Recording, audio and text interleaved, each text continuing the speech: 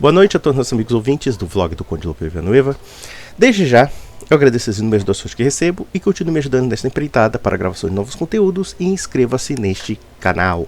Ajude o meu canal a crescer.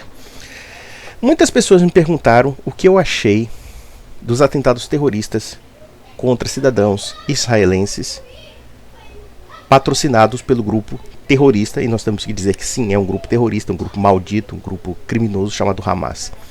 Eu não vou descrever aqui as atrocidades, porque isso está fartamente documentado na imprensa, enfim. Mas eu penso o seguinte, que esses atentados revelam uma faceta muito nebulosa das relações internacionais da atualidade, que é o que eu poderia dizer o terrorismo por procuração.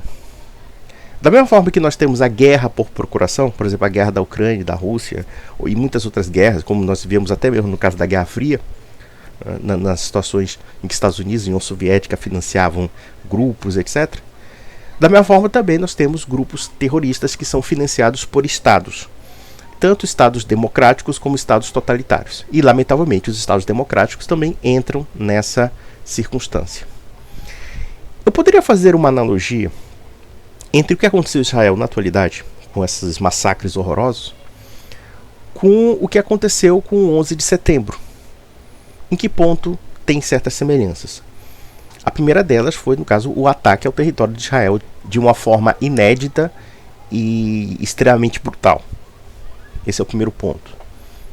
E pegando os serviços de inteligência de surpresa, enfim. Claro que quando nós analisamos o fato de que o Mossad e outros serviços de segurança de Israel foram pegos de surpresa, aí a gente até faz o questionamento até que ponto, aonde vai essa surpresa.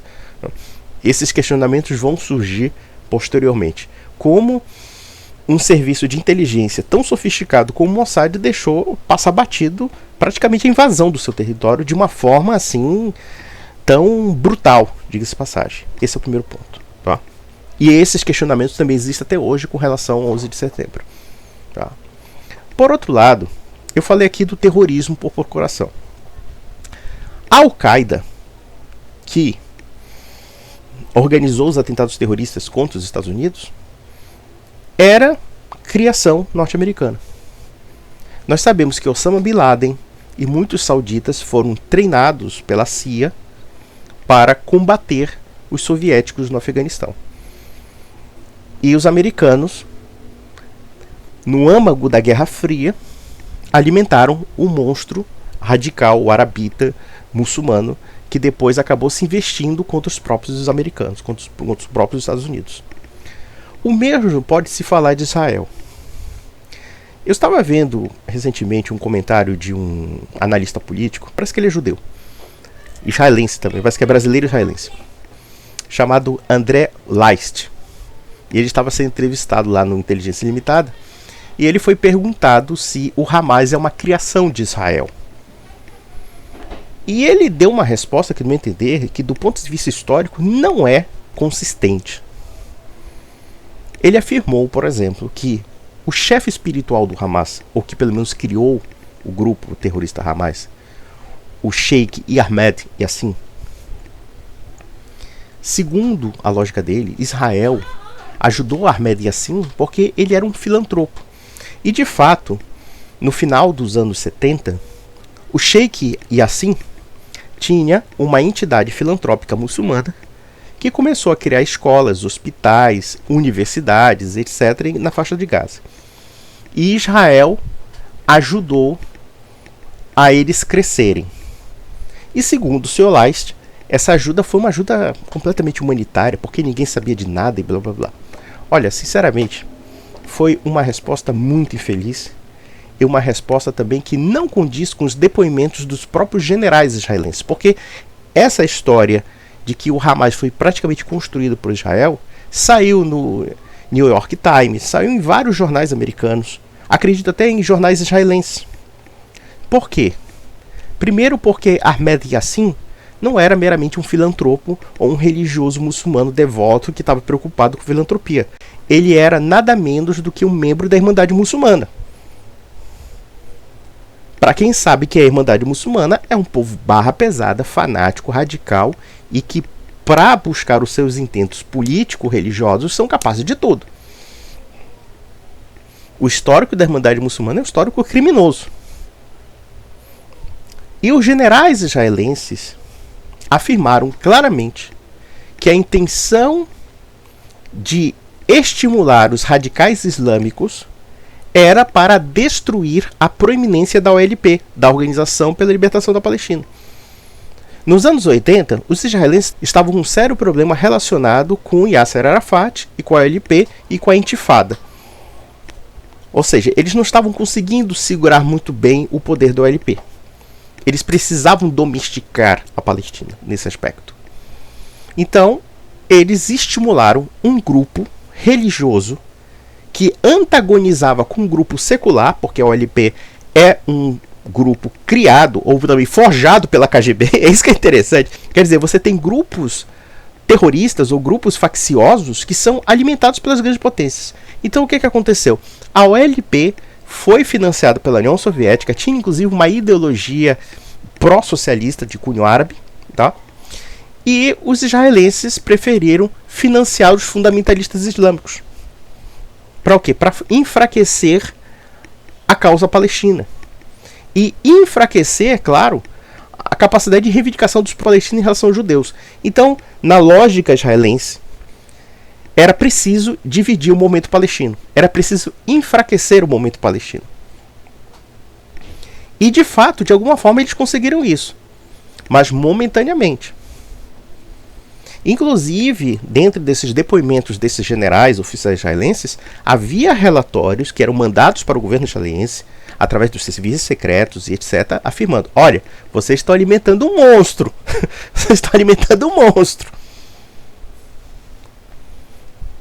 Porque o Ahmed Yassin já tinha um caráter anti-Israel. Ainda que não declarado. Mas, vamos ser bem sinceros, o serviço secreto israelense não é tão idiota de acreditar que a Irmandade Muçulmana seria uma aliada confiável. Não é? E foi o que de fato aconteceu. Aquele organismo de filantropia muçulmano se tornou posteriormente Hamas. E o Hamas, controlando escolas, controlando universidades, hospitais, todo um sistema de beneficência dentro de Gaza, eles começaram a criar seus quadros políticos militares, doutrinando crianças, doutrinando famílias, tudo para o quê? Para o quê? Para o esforço contra Israel. Foi isso que de fato aconteceu. E o Sr. Laisse deu uma opinião que, no meu entender, é completamente fantasiosa, que não condiz com o depoimento judaico sobre o assunto. O depoimento dos israelenses. Inclusive, um general israelense falava: olha, eu me arrependi amargamente de ter financiado esse louco. Financiaram. Pelo menos essas afirmações. Claro, não é nada oficial isso. Para vocês terem uma ideia da relação com os antigos chefes do Hamas, que depois virou Hamas, porque a gente tem que entender que nessa época não era ainda Hamas, era uma entidade beneficente. Mas essa entidade beneficente já tinha grupo armado, já tinha um bocado de coisa ali, e os israelenses sabiam. Esse que é o pior. O Ahmed Yassin, por exemplo, que era um homem muito doente, ele era um homem que era até cadeirante, era um homem que ficava numa cadeira de rodas, toda vez que ele ia se medicar, ele ia para os hospitais israelenses, com a colaboração do governo israelense. Só que em 1988 foi fundado o Hamas, e o Hamas começou a despejar sua artilharia contra Israel. Posteriormente, os israelenses mataram Ahmed Yassin, jogaram um foguete, mataram a base de um foguete lá de um helicóptero, acabaram com a raça desse infeliz aí, desse cretino. E depois houve o quê? Em 2006, o Hamas conseguiu ganhar as eleições em Gaza, e nesta vitória eleitoral eles chacinaram a OLP dentro de Gaza. Eles mataram todos os correligionários da OLP, que na verdade era a facção maior, que era a Al-Fatah. Eles mataram os membros da Al-Fatah, massacraram. E em 2007 começaram a jogar foguetes em Israel. Então nós vemos aqui um elemento de tragédia, um elemento trágico do povo judeu. Porque foi uma espécie de um maquiavelismo que acabou se investindo contra eles. Evidentemente que essas ações do Estado de Israel fazendo o jogo duplo.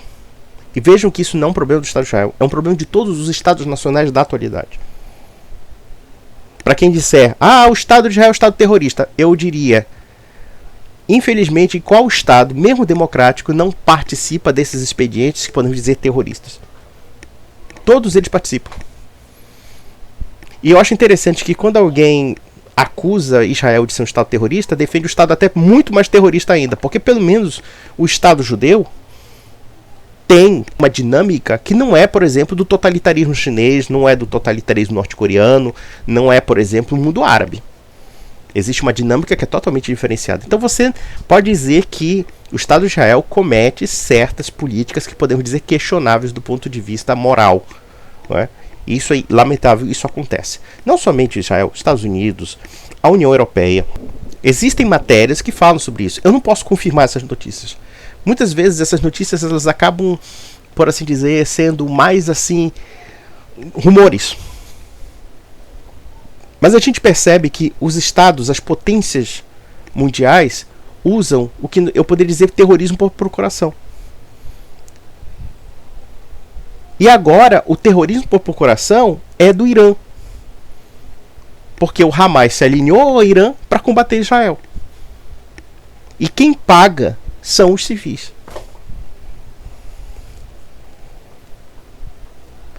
Então é lamentável, é trágico.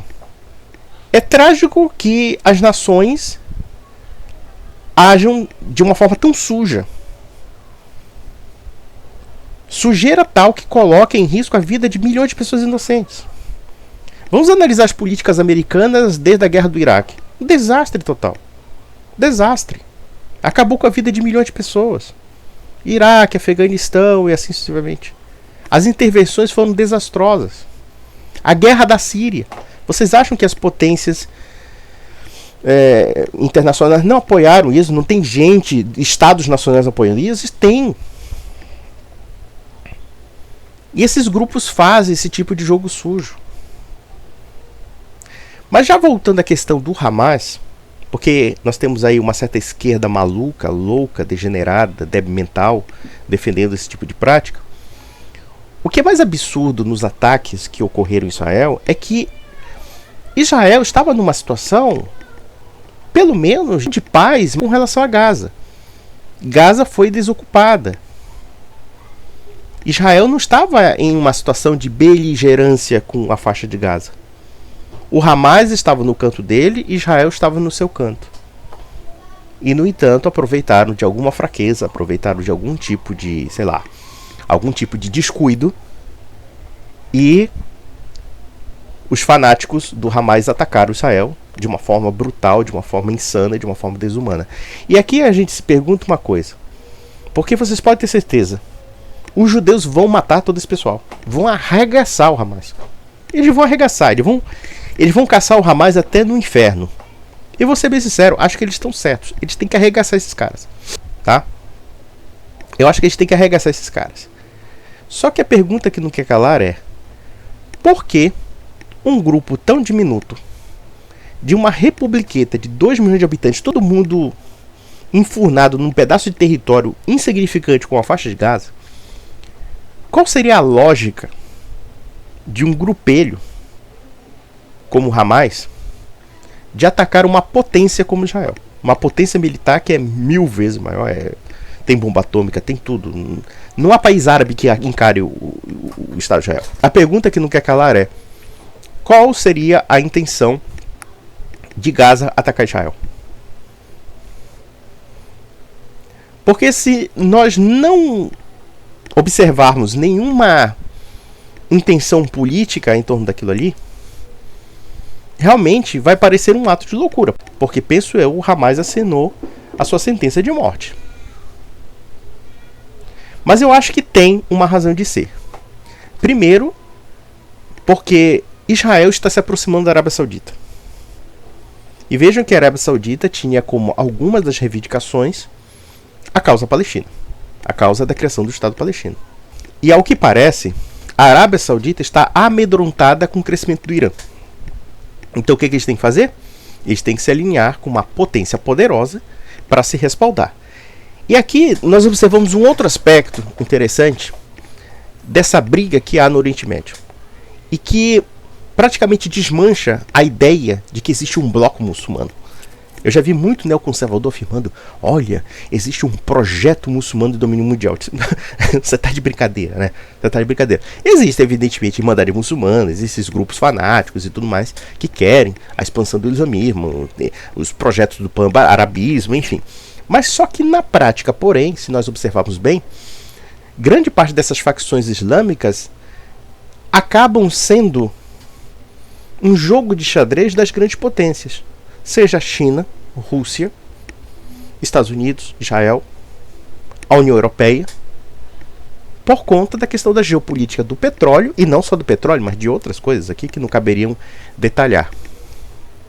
Mas seja o que for, o fato é o seguinte: a lógica do Hamas era, talvez, não somente criar uma situação de conflito, e talvez até mesmo melar a relação da Arábia Saudita com Israel, fazer jus à força do Irã no Oriente Médio. Esse é o segundo ponto. E o terceiro ponto é o seguinte: como os judeus vão arregaçar a faixa de Gaza, mas já estão, não? Já estão bombardeando, matando, porque é aquela história, quando um mata de civil de um lado, eles também acabam retribuindo, matando o civil de outro, que também é condenável moralmente. A gente não pode defender a lógica de matar civil simplesmente porque um regime draconiano como aquele fez um crime contra o civil dos outros. Não, essa coisa de vingar civil, isso não cola. É imoral. Só que pelo menos a gente pode analisar uma coisa, pelo menos na lógica do israelense, que é diferente da lógica do Hamas, tá? Não que isso seja justificável, para mim é condenável moralmente. Mas pelo menos os ataques israelenses obedecem a uma lógica militar. Não é, por exemplo, você invadir um kibbutz e começar a ficar matando aleatoriamente mulher e criança como se fosse diversão. Muitas vezes o que acontece é que, como o Hamas se utiliza de uma guerra assimétrica, então eles colocam quartéis generais, centros de armas, enfim, logística, em bairros residenciais justamente para fazer como escudo humano. Isso existe. O que não quer dizer necessariamente que também não haja uma intencionalidade de afetar a psique da população civil. Outro aspecto da guerra moderna, que não é muito bem comentado, é que, lamentavelmente, nós vivemos numa época da guerra total. Numa época em que o civil é considerado, ainda que haja uma teoria de defesa do civil, olha, você não pode matar civil, etc. Mas na prática, quando há uma beligerância militar, embora possa se tentar poupar os civis, mas na prática, porém, às vezes, matar civil pode ser uma ação, ainda que maquiavélica, ainda que perversa, mas uma ação para afetar o psicológico da comunidade, para que a comunidade seja quebrada em suas resistências. Claro que, por exemplo, no caso israelense, muitas vezes, obedecem a certos aspectos estratégicos militares, são um pouco mais limitados, digamos, na área de alcance, apesar de que também matam gente pra caramba quando eles atacam, explodem um prédio inteiro lá, pode estar tendo medo do Hamas, mas também tem uma porrada de civil no meio, aí não estão nem aí, né? Mas no caso do Hamas, existe um projeto mais amplo, que é a destruição do Estado de Israel. Existem diferenças de linhas, tá? Ainda que ambos os lados façam suas sujeiras, mas na lógica do Hamas a coisa é muito mais abrangente, ainda que eles não tenham o poder para isso. A sorte dos israelenses é que eles são poderosos. E aí eles podem retalhar à vontade ali. E mesmo assim, vamos analisar a lógica, porque é muito comum sempre querer equiparar Israel ao Hamas. Eu não faço essa equiparação, que eu acho que ela é absurda até. Ainda que isso não tire os pecados de Israel. Ainda que não tire os pecados das grandes potências, porque também há grandes crimes dentro das grandes potências democráticas. Há grandes crimes geopolíticos, militares, etc. E esses crimes também mataram milhares de pessoas. Mataram até milhões, se for o caso. Se nós contarmos a guerra do Iraque para cá, são milhões de pessoas mortas. A desestabilização geopolítica de um território, de uma forma premeditada, seja por algum tipo de interesse escuso, de alguma forma é uma lógica criminosa também. Mas já voltando à questão aqueles militantes do Hamas que entraram num kibbutz, entraram, sei lá, numa vila, numa festa de rave, enfim, começaram a matar aquelas pessoas, a lógica era o seguinte: era matar porque são judeus. Era matar porque são israelenses. Era implantar o terror. E aqui a gente pode fazer uma seguinte comparação. Será que se os muçulmanos tivessem o poder militar de Israel, eles seriam mais contidos do que são os israelenses? Porque vejam, está lá a faixa de Gaza, com certeza existem certas restrições da liberdade de vir, principalmente nas ocupações, ou como também da questão dos assentamentos, enfim, existem várias controvérsias em relação a isso, há abusos também do Estado israelense, enfim. Mas vejam que o poder de Israel é 1000 vezes maior do que todas essas comunidades. E mesmo que nós possamos questionar as políticas israelenses, com certeza, se dentro da lógica do poder militar deles, eles poderiam ir muito mais além. Nada impede que os israelenses, por exemplo, extingam os palestinos.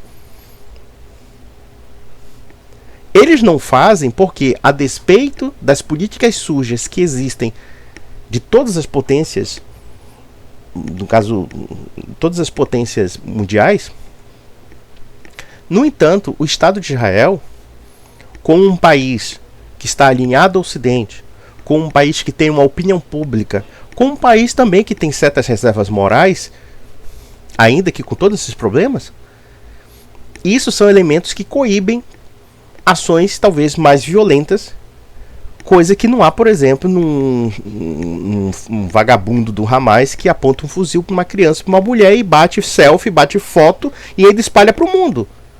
Vocês nunca vão ver um soldado israelense fazendo isso, porque senão a humanidade inteira vai esmagar Israel de críticas. Então, pelo menos, ainda que nós possamos condenar certas sujeiras do Estado de Israel, mas ainda assim, dentro da opinião pública israelense, e mesmo da opinião pública pela qual Israel participa, porque ela participa de um conjunto de nações democráticas, ainda assim esta nação sofre o peso da opinião pública. Então qualquer equiparação com China, com Coreia do Norte, ou com o Irã, ou com a Arábia Saudita, no que diz respeito a Israel, me parece uma equiparação forçada, pelo menos do âmbito político-social. São realidades sociais extremamente distintas, são lógicas de atuação política também distintas, e mesmo que haja, como eu já falei aqui, mesmo que haja certas coisas que podemos condenar moralmente, no entanto, não se pode comparar o dinamismo da sociedade israelense com, por exemplo, a lógica do Hamas. Muito pelo contrário, existe um abismo intransponível aqui. Mesmo que Israel tenha seus pecados, dentre os quais, inclusive, ter forjado o próprio inimigo. Ter forjado o próprio inimigo. O que não quer dizer necessariamente também que devamos negar a dignidade dos palestinos. Apesar de que essa ação do Hamas colocou a causa palestina num grande problema e num grande dilema moral. Eu diria mais. O Hamas, longe de tornar simpática a causa palestina, acabou por desmoralizá-la, pelo menos momentaneamente. E com certeza, qualquer tipo de reivindicação a respeito de um Estado palestino, neste momento, vai se tornar uma opinião ou uma causa malograda. Na verdade, se analisarmos pela lógica estrita de um mínimo de bom senso, e se alguém achar que isso defendeu a causa palestina, nós temos que dizer para essa pessoa: você é um idiota, porque na verdade prejudicou de tal modo a causa palestina, ou a causa de uma nação palestina, justamente porque Israel vai retalhar, e vai retalhar assim de uma forma violenta, e vai ocupar Gaza de novo. Para que isso? Para que os palestinos brinquem de vítimas? Eu nem chegarei a dizer que falta bom senso. Na verdade, esperar bom senso do Hamas é a mesma coisa que esperar que o Ted Bundy goste de mulheres, né? Ou então o maníaco do parque seja alguém civilizado. É a mesma coisa, não tem como, né? Não tem como. Então, meus amigos, é isso. Eu diria que é lamentável, é triste. O que aconteceu em Israel é de uma barbaridade tão gratuita, tão absurda, tão bizarra, que a gente não tem nem resposta para isso. Mesmo com todas as implicações aqui que nós discutimos de uma briga que com certeza está longe de terminar. Então, meus amigos, um grande abraço.